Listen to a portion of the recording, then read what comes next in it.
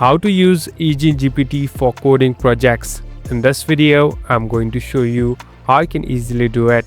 First of all, you must go to this website named AgentGpt. Now this interface will pop up. Here we in this home page. So how does this work? Here on the bottom, you can find a section called name.